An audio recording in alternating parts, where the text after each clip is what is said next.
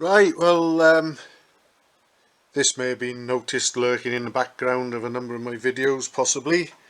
It's a Rob North Trident, whose engine I rebuilt for the owner a few years back, and I've got footage of it running. I've got footage of me starting it up on the rollers with the transit van, and you can see me sort of disappearing round the corner on it, going up the lane and coming back, test riding it, but obviously that's all I've done with it, because it's not a road going bike or anything.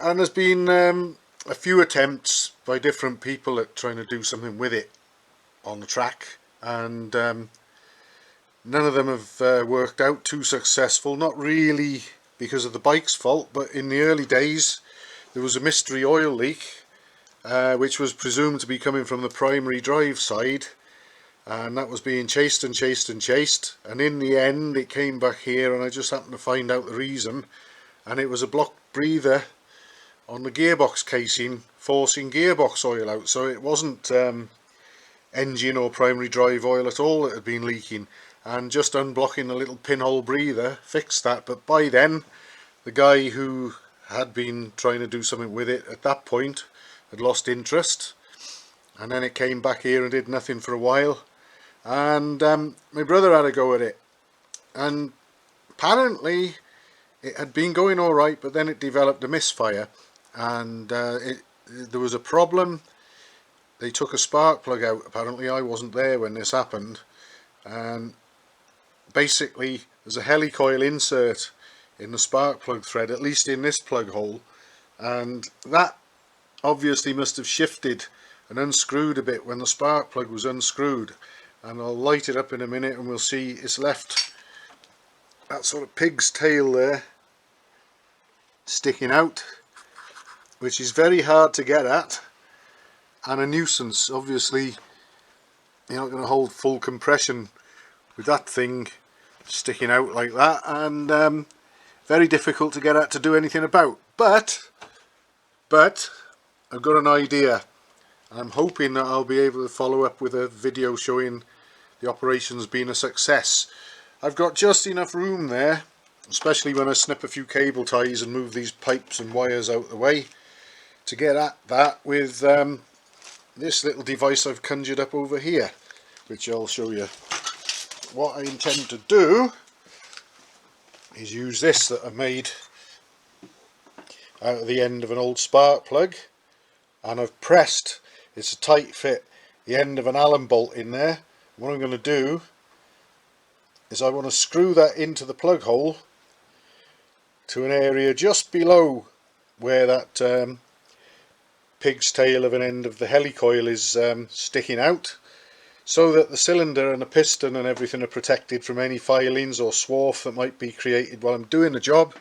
But I'm going to put this deburring tool, I've got it in a length of Royal Enfield aluminium pushrod tube, actually it pressed in quite nicely, so I'm going to use that to give me the reach I want and run it in a high-speed drill, and hopefully just grind and cut away at that excess bit of helicoil thread that we've got sticking out there from the cylinder head.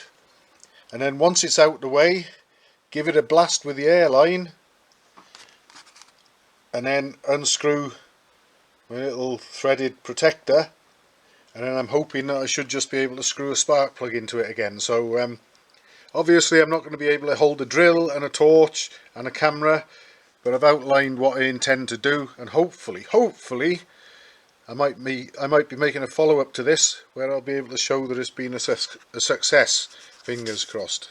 Watch this space. And hopefully we can see this. I've got my blanking plug that I made up screwed into the plug hole now, and it's screwed into a level just below the damaged area of the helicoil threads in the cylinder head. Sorry about that rolling appearance on the screen. It looks like my light is just at the right frequency to upset the camera a bit, but hopefully we can see what's going on. I've pressed a head of an Allen bolt into the old spark plug body that I've used, to form the threaded portion of this and make the blank, so that I can screw it in below the level of the gasket interface of the head and the spark plug, so it's below the damaged area, but will protect the cylinder and the piston from any debris going in when I do the job, which I'm about to do now. Obviously I won't be able to show that on camera because I haven't got enough hands, but hopefully we'll come back to this soon and see that that sort of pig's tail of thread will be gone, and I'll be able to remove my special blanking plug and just screw a spark plug in again in a normal manner. At least that's what I'm aiming for, that's what I'm hoping for. Right, well, that's the pig's tail gone. So far so good, and I've used the airline to blow any swarf away, and here is the offending item out of the way. So next I'm going to unscrew that special blanking plug that I made, get that out of the way, and just try a spark plug in there, but hopefully that should be done, and all in situ as well, which is nice, as the alternative would have been quite a bit of work. And there we are, all done with the spark plug tightly in place, and I've screwed it in tightly and wound it out a couple of times, and everything seems to be okay. It seems to be screwing in nicely and unscrewing nicely, and I think the insert is staying where it, well, staying put. But I found actually that there's the offending little bit of helicoil there. It's probably about 3/4 of a turn, that's all, and the little device I conjured up to remove it. I think that perhaps the end of the helicoil was up too high and able to engage with the face of the plug, the gasket face, as it was unscrewed, and it sort of came round with it perhaps. So what I've done is left it below the surface a little bit, so hopefully that shouldn't happen again. But it's always a good idea with these, when you've got thread inserts, helicoils or whatever, if you're undoing a spark plug, especially in a hot engine, is to sort of almost karate chop at your spanner handle.